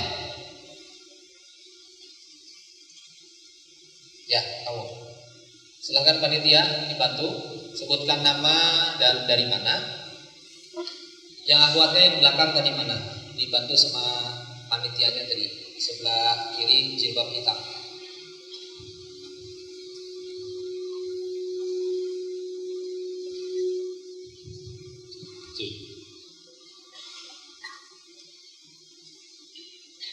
Assalamualaikum warahmatullahi wabarakatuh. Waalaikumsalam warahmatullahi wabarakatuh. Perkenalkan, nama saya Risaf Darian. Risaf Darian. Oke. Asalnya dari Kudus. Saya ingin bertanya, bagaimana caranya berdakwah di zaman sekarang, khususnya kepada anak-anak muda sekarang. Takutnya nanti kita tuh ketika berdakwah itu menyinggung hati mereka, dan takutnya memutus tali silaturahim kita dengan mereka. Terus nanti dia itu dibilang so agami, so islami, terus dia kita so alim ya, terus sok-sokan gitu ya. Terus biasanya itu disuruh, misalkan kita menasihati apa dalilnya, nah itu gimana, padahal kita ya mungkin masih, istilahnya itu masih kurang lah ilmunya gitu. Siap.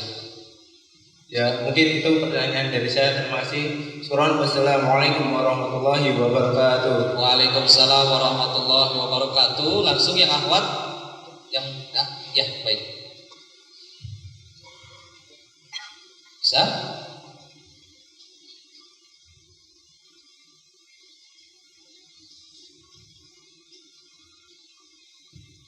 Tunggu dibantu panitia untuk Cek. ya. Nama dan dari mana silahkan bisa untuk bersegera menyampaikan pertanyaannya. Bismillahirrahmanirrahim. Assalamualaikum warahmatullahi wabarakatuh. Waalaikumsalam warahmatullahi wabarakatuh. Perkenalkan, nama saya Puji Rahayu. Ji. Yang ingin saya tanyakan tentang mendakwahi, biasanya nggak jauh beda sih dari yang ditanyakan Mas yang sebelumnya. Oke. Kadang kita mau mendakwahi orang lain, tapi diri kita sendiri itu belum baik.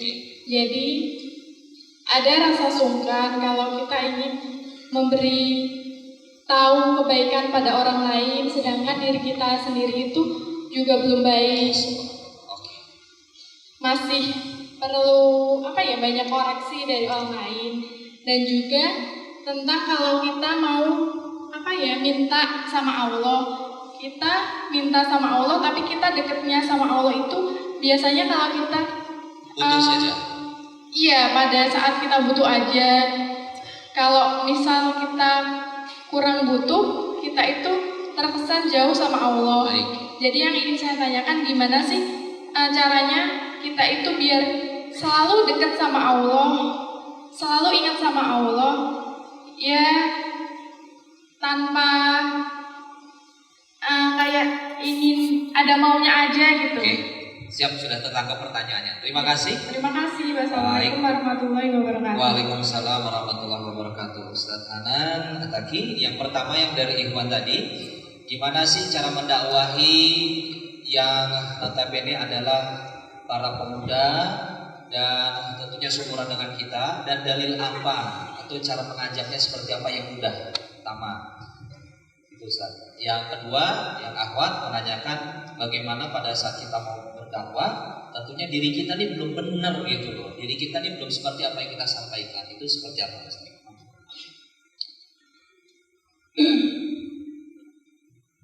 Dakwah itu bukan hanya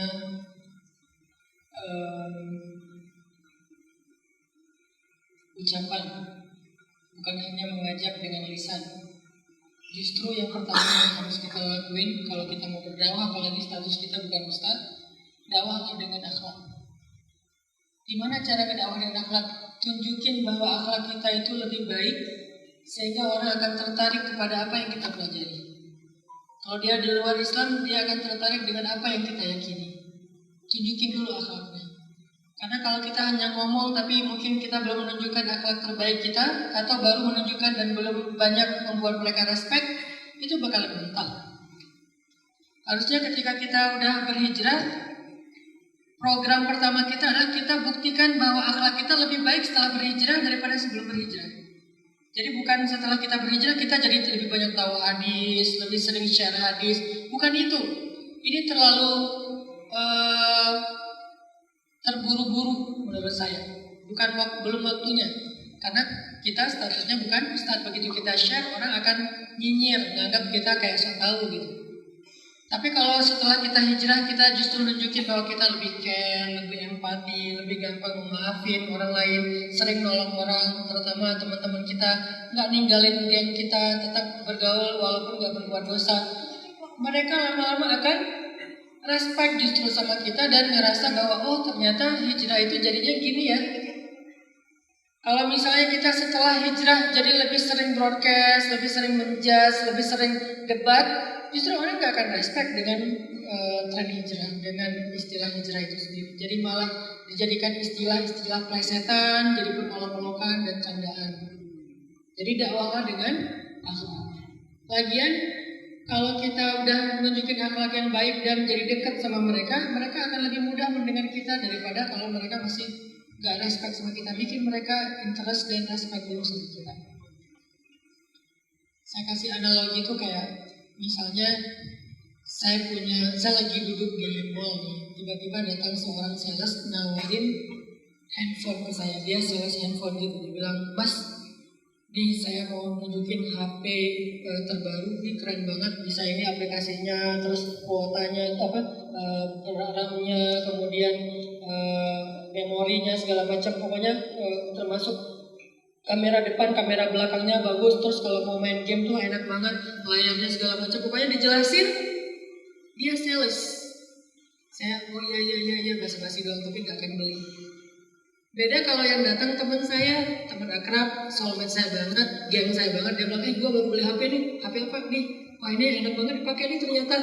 Saya akan langsung pengen beli kalau saya ada duit HP yang dia rekomendasiin. Kenapa? Karena yang ngomongnya teman bukan sales. Kita berdakwah, Islam itu seperti produk. Maka apakah kita mau jadi sales atau jadi teman? Kalau jadi sales kita ngomongin speknya. Spek Islam itu ayat, hadis, segala macam fikih itu spek Islam. Tapi kalau sales kadang-kadang nggak ngomongin spek secara detail. Dia cuma ngomong seru juga ya. Orang langsung ikut. Bagus juga nih HP gue, nyaman banget pakainya. Orang langsung beli. Kenapa? Yang ngomong temannya walaupun dia nggak ngejelasin detail spek HP-nya. Kadang-kadang kita nggak pakai banyak dalil, tapi yang ngomongnya orang yang udah direspek, orang langsung ikuti. Jadi Nabi juga berdakwah nggak selalu pakai dalil. Dalil itu bentuknya tarbiyah. Kalau ngedakwahin orang yang baru belum paham Islam sama sekali, Nabi pakai akhlak. Jarang banget Nabi datang ke orang, Allah berfirman, jarang. Ada tapi jarang. Yang sering Nabi tunjukin akhlak. Tapi kalau dengan sahabat baru Allah berfirman, kemudian Rasulullah menyampaikan hadis-hadis. Karena memang mereka udah paham, udah berpihak. Itu cara kita ngedakwahin teman-teman kita biar nggak dibully. Dan biar kita juga nggak ngerasa bahwa kita lebih baik daripada mereka. Terus tadi ada mbaknya juga nanya, gimana kalau kita ngedakwahin deh, tapi kita sendiri belum seperti apa yang disampaikan gitu. Ya tadi, makanya kalau dakwahnya dengan akhlak, insya Allah klise kayak gitu nggak bakalan terjadi. Soalnya kita udah membenarkan diri, memperbaiki diri kita dulu. Terus pertanyaan yang ketiga tadi, gimana kalau kita ada maunya doang datang ke Allah ya? Iya. Jadi gimana caranya untuk semakin dekat dengan Allah sehingga pada saat berinteraksi dengan Allah itu bukan hanya pada saat kita butuh, Ustaz. Oh iya. Itu yang Allah maksud di dalam ayat fadhkuruni azkurkum. Kata ulama tafsir artinya kalau terjemahannya ingatlah aku ingat kalian. Tapi kalau tafsirnya ingatlah aku ketika kalian senang, nanti aku ingat kalian ketika kalian susah. Jadi investasi kita untuk ditolong oleh Allah ketika kita susah itu justru pas kita lagi senang. Jadi kalau kita lagi normal, lagi nyaman, lagi senang itu kita ingat Allah, kita nggak ngecewain Allah, kita memprioritasin Allah. Nanti pas kita susah, Allah juga nggak akan ngecewain kita dan akan memprioritasin kita. Kan tergantung gimana kita ke Allah kan. Ada tuh kisah yang terkenal 3 orang yang terkurung di dalam gua. Terus 3-tiganya berdoa dengan amalan mereka di masa lalu kan. Berarti amalan ketika kita normal itu jadi wasilah buat Allah nolongin kita ketika kita susah. Jangan sampai kita baru mendekatin Allah pas lagi susah. Nanti agak delay itu pertolongannya. Kenapa? Kan butuh proses amalan kita dilayakin dulu. Kalau kita belum layak ya Allah gak kasih kita pertolongan. Karena al-jaza min jinsil amal, balasan itu tergantung amal kita. Makanya faman ya'mal mithqala dzarratin khairan yara wa may ya'mal mithqala dzarratin syarran yara. Sehingga kalau misalnya kita pengen ditolong Allah pas kita lagi susah, nah mumpung lagi senang nih, karena kesusahan pasti terjadi dalam hidup kita walaupun kita nggak pengen. Mumpung lagi nyaman, lagi normal, lagi senang, kita polling dulu nih kedekatan kita sama Allah, banyakin modal kita dengan Allah, deketin hubungan kita dengan Allah. Nanti pas lagi susah, Allah pas kita japri langsung baca. Kenapa? Kita termasuk di antara priority. Kita termasuk yang preferred kalau di bank, bukan orang-orang yang normal, tapi yang istimewa gitu lah. Justru dalam kondisi kayak sekarang itu kesempatan kita untuk melobi Allah. Masya Allah. Tadi berkaitan dengan cara, Ustaz. Cara bagaimana mendakwahkan itu berarti dengan cara akhlak itu bukan hanya kepada pemuda saja, berarti bisa untuk siapapun, diawali dengan bagaimana dakwah dengan akhlak tadi saja. Baik, sesi kedua silahkan untuk satu lagi saja, satu ya. Oke. Ikhwannya satu, Tadi sebelah sini sudah, sekarang sebelah kanan. Nah, ini. Antum ya? Oke, satu. Panitianya yang akhwatnya, yang agak depan yang jilbab merah yaitu. Silahkan. Termin kedua. Ya, masih berdiri. Silahkan berdiri. Yang akhwatnya juga silahkan dibantu panitianya dipersiapkan mic-nya untuk bisa langsung bertanya. Silahkan. Terima kasih sebelumnya. Assalamualaikum warahmatullahi wabarakatuh. Waalaikumsalam warahmatullahi wabarakatuh. Saya bertanya di luar tema Ustaz. Saya tertarik dengan tadi yang one minute boosternya. Di situ tentang bagaimana kita melihat ketika orang lain terkena musibah. Jadi jangan ke diri kita dulu baru terus husnuzon kepada orang lain. Bagaimana caranya kan saya waktu itu dengar kisah Ustadz tentang yang waktu di Al-Azhar itu sebelum ujian, jadi gurunya ngingetin gue kalau kalian lupa maka ucapan istighfar atau bersolawat. Terus bagaimana pada saat saya sholat kan itu kadang ada imam yang kadang suka lupa, jadi sikap kita itu kepada imam yang lupa kan kalau tidaklah suatu kita itu lupa karena dosa kita sendiri kayak gitu. Gimana sikap kita kepada orang lain yang lupa gitu, Ustaz. Terima kasih, sekian dari saya. Wassalamualaikum warahmatullahi wabarakatuh. Waalaikumsalam. Jadi bagaimana cara kita mengingatkan kepada orang yang lupa, orang yang lalai, begitu intinya ya. Baik pada orang yang lebih tua maupun orang yang sama dengan kita. Cakep. Silahkan satu lagi. Silahkan. Namanya siapa dari mana? Assalamualaikum warahmatullahi wabarakatuh. Waalaikumsalam warahmatullahi wabarakatuh. Perkenalkan, nama saya Lanjari dari UNES. Di sini saya ingin bertanya. Boleh. Sebelumnya ingin sedikit bercerita. Saya itu kan sebagai seorang perempuan, nah tentu lebih banyak menggunakan perasaan atau hati. Nah, Ya terus. Oke. Tapi jangan panjang-panjang ya curhatnya ya. Langsung aja to the point. Diri saya itu apabila ada yang berkata-kata tentang diri saya, maka saya tidak terlalu memikirkannya. Tapi apabila menyinggung perasaan orang yang saya sayangi atau keluarga saya, itu akan sangat mengganggu saya. Nah, saya ini kan berusaha untuk bersabar, tapi terkadang saya itu tidak terlalu kuat, tidak seperti Rasulullah yang tahan dengan godaan. Nah, tentang tema magic word, kira-kira apa yang harus saya lakukan? Terima kasih. Apa yang harus saya lakukan untuk tahan tadi ya terhadap godaan, Bisa lebih ujian, sabar. untuk bisa lebih sabar, lebih tenang, dan lebih mengontrol diri. Betul ya? Terima kasih. Wassalamualaikum warahmatullahi wabarakatuh. Waalaikumsalam warahmatullahi wabarakatuh. Betul Ustaz? Ya. Yang pertama, teman-teman, dalam menilai itu kita punya dua standar dan nggak boleh disamain. Standar menilai orang dalam sikap ya punya dua standar. Standar sikap kita ke orang lain dengan standar sikap kita kepada diri kita sendiri.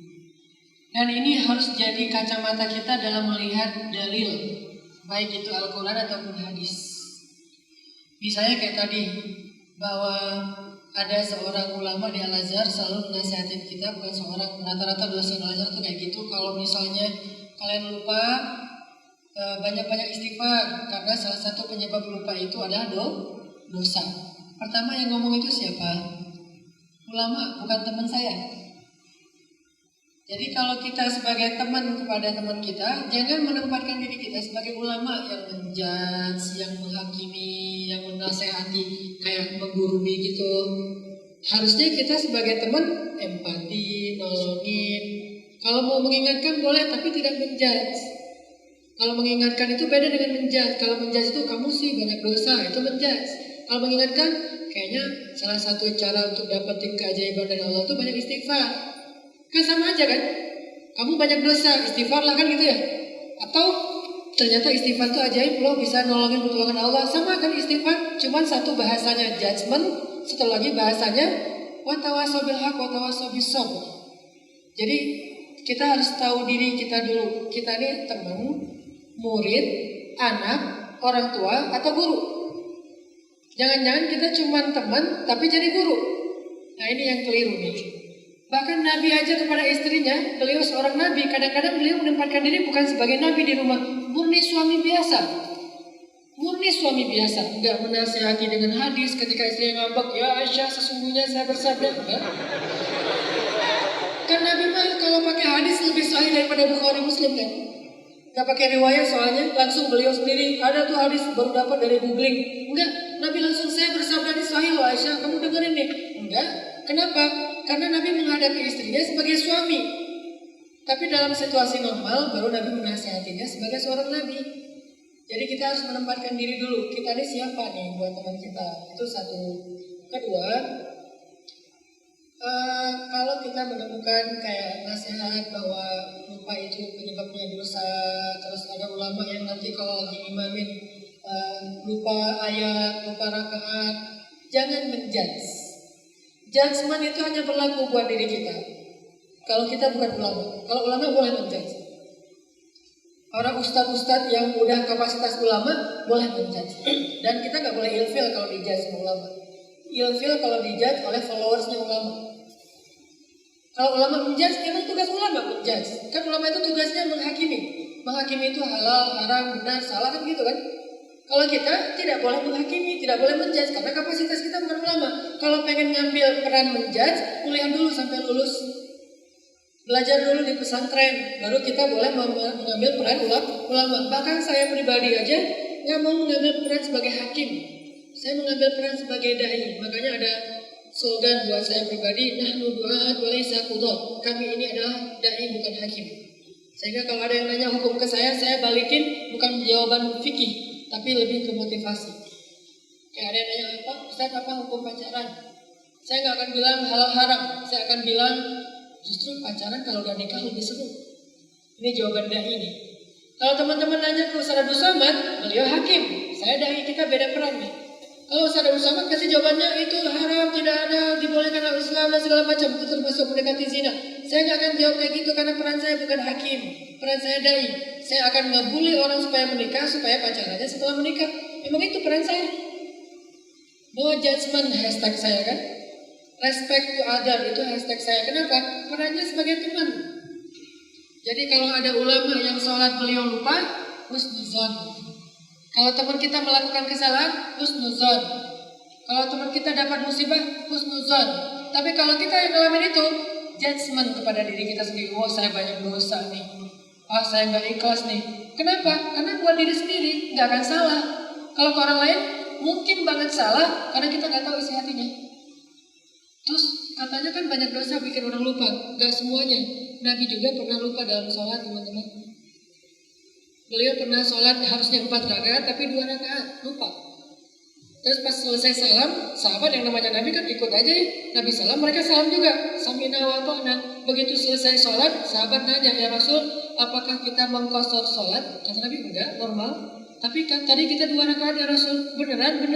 Akhirnya Nabi langsung berdiri lagi dan meneruskan 2 rakaat ditutup dengan sujud sawi selesai. Pertanyaannya, kenapa Nabi lupa? Justru kalau Nabi nggak lupa, kita nggak punya teladan kalau kita lupa. Sengaja Allah setting Nabi sekali itu lupa, supaya kalau kita ngalamin masalah itu dan kita bakalan pasti ngalamin, kita udah punya fikih teladan Nabi kalau lupa gini caranya, sehingga kita niru Nabi. Ulama juga kayak gitu, kadang ulama lupa supaya jadi pelajaran buat muridnya.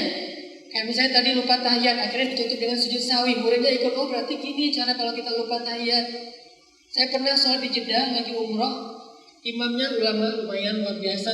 Beliau lupa tahiyat, 2 rakaat, gak duduk tahiyat langsung berdiri. Pas sudah berdiri kita yang makmum kan pada panik gitu, bingung kan. Terjadilah perbedaan pendapat makmum.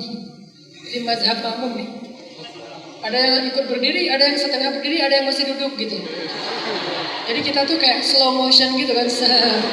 Ada yang udah berdiri, ada yang setengah berdiri, ada yang masih duduk.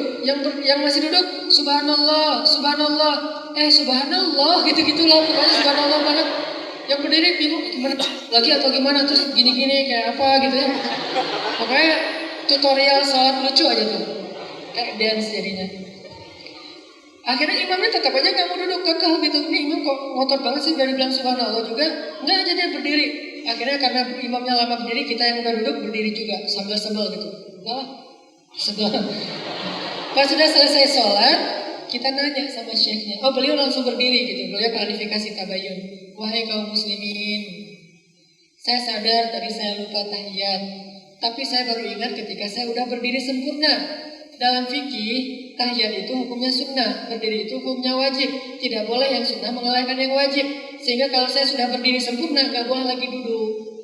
Tapi kalau saya baru setengah berdiri, saya boleh duduk lagi, memperbaiki. Kalau udah terlanjur berdiri sempurna, gak boleh duduk lagi. Oh gitu Syekh, maaf ya, tadi kita ngotot subhanallahnya. Coba. Jadi ulama salah juga pelajaran buat kita. Kita benar aja nyesatin orang. Udah benar pasti nyesatin orang. Apalagi salah ulama, udah keliru masih jadi pelajaran husnuzon. Jadi ada dua penilaian, menilai orang lain dengan menilai diri kita. Kalau ada kaitannya dengan judgement itu berlaku hanya untuk diri kita, sama sekali nggak berlaku buat orang lain kecuali kapasitas kita ulama. Kalau buat orang lain berlakulah husnuzon wala tajassasu, jangan cari-cari kesalahan. Terus yang ditanya sama Mbak tadi, gimana? Apa tadi? Gimana kalau dalam kondisi pada saat emosional memuncak, ada kata-kata yang kurang bisa diterima itu dari magic word itu, apa sih yang harus kita lakukan begitu sekarang? Kenapa Allah membuat fitrah perempuan itu perasaannya lebih peka dari laki-laki? Itu jangan selalu dilihat dari angle negatif, karena selalu relatif. Yang berlaku bukan negatif positif tapi relatif. Maksudnya relatif, perempuan dengan perasaannya yang peka itu bisa jadi itu adalah ujian buat dia, bisa jadi itu juga anugerah buat dia. Ujiannya apa? Dengan perasaan itu dia gampang tersinggung, dengan perasaan itu dia jadi cemburu, dengan perasaan itu dia jadi baper. Itu ujian buat dia. Tapi sekaligus juga anugerah. Kenapa? Hanya dengan perasaan itu dia bisa mencurahkan kasih sayang lebih besar buat anaknya, yang tidak bisa dilakukan oleh ayahnya. Makanya kasih sayang paling besar itu diberikan oleh ibu. Ayah gak bisa kayak ibu. Karena ayah itu diberikan logikanya 9, perasaannya 1. Makanya sering laki-laki ngomong gini, salah saya apa? Suka ngomong gitu kan? Udah salah, bisa salah saya apa? Karena dia gak berpikirnya dengan logika, bukan dengan hati. Kalau cewek mungkin gak salah, tapi tetap buat dia baper gitu. Karena perasaan perempuan 9, logika 1. Laki-laki perasaannya 1, logika 9.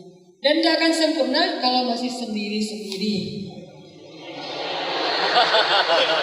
Baru jadi 10 kalau banyak. Jadi itu ujian sekaligus anugerah, syukurin aja teh. Sehingga nanti justru itu modal buat kita menyayangi suami, modal buat kita menyayangi anak-anak yang suami atau ayah nggak bisa ngelakuin hal itu. Terus gimana soal yang tadi baper berat gara-gara omongan orang lain? Susah sih. Saya juga suka gitu. Tinggal istighfar ya.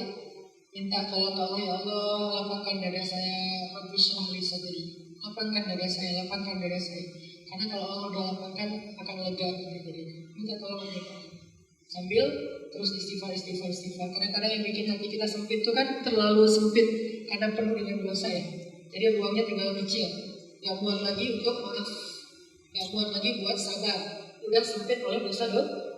Cara lapang, bersihkan dosa itu jadi lapang. Di situ muat maaf, di situ muat sabar, di situ muat ridho, muat banyak hal nanti di situ kebaikan.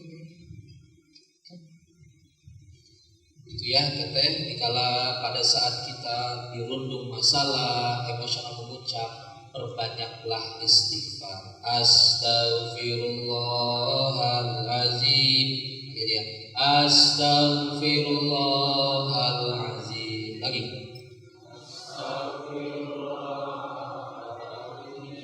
Innallaha ghafurur rahim. Baik, insyaallah. Ya, sesi berikutnya terminal 3. Kayaknya yang atas ya. Satu ikhwannya. Ini dibantu panitia ini. Bisa yang atas, kalau enggak turun ke bawah lompat. Astagfirullah langsung ya. Bercanda langsung istighfar tuh. Yang ikhwannya dapat 1.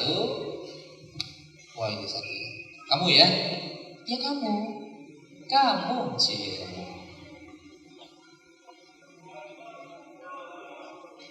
Ada? Sudah? Oh, sudah dibantu panitia. Oke. Nama siapa dan dari mana? Enggak. Assalamualaikum warahmatullahi wabarakatuh. Waalaikumsalam warahmatullahi wabarakatuh.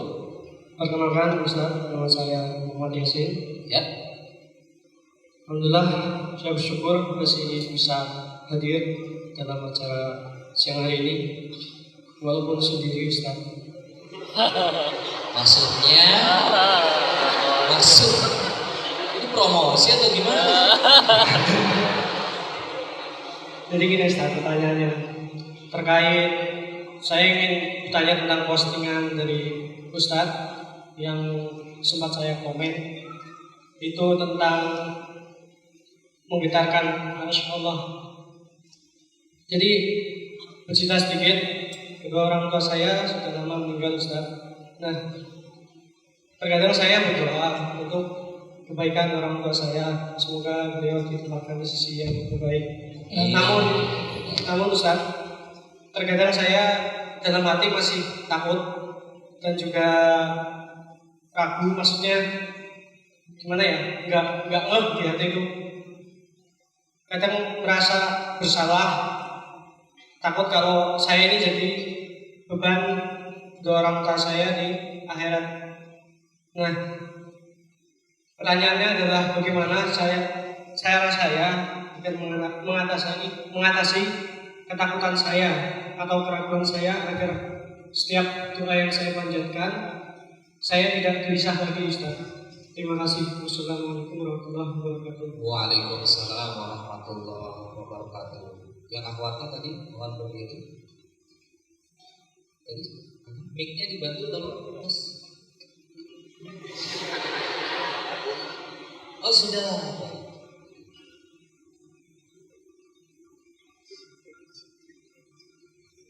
Oh sana nggak apa-apa ya, sudah rezeki namanya di situ.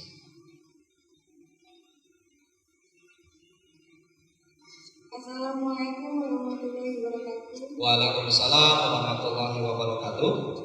Yang saya ingin tanyakan Ustaz, saya ingin mengetahui jawaban dari sholat istiqomah. Walaupun kita sudah mengetahui, misalkan kita benar-benar udah yakin bahwa ini adalah jawaban dari sholat istiqomah kali gitu. Saya yakin ini benar-benar jawabannya. Tapi udah beberapa kali dan akhirnya ujung-ujungnya ini tidaklah benar gitu. Jadi saya ingin mengetahui yang benar-benar yakin bahwa ini adalah jawaban dari istiqomah. Terima kasih. Wassalamualaikum warahmatullahi wabarakatuh. Waalaikumsalam warahmatullahi wabarakatuh. Dan sebelum dijawab oleh Ustaz Hanan Ataki, ini adalah sesi pertanyaan terakhir. Dan setelah ini akan dilanjutkan dengan muhasabah.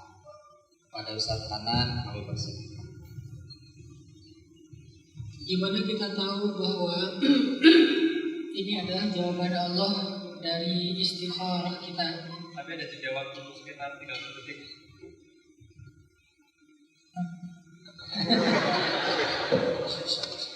Nah, teman-teman, cara kita mengambil sebuah pilihan dalam hidup itu ada 3. Istikharah itu hanya salah satu dari 3.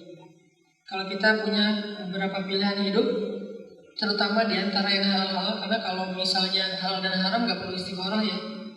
Ini gua berjilbab nggak ya, istikharah dulu, misalnya nggak perlu.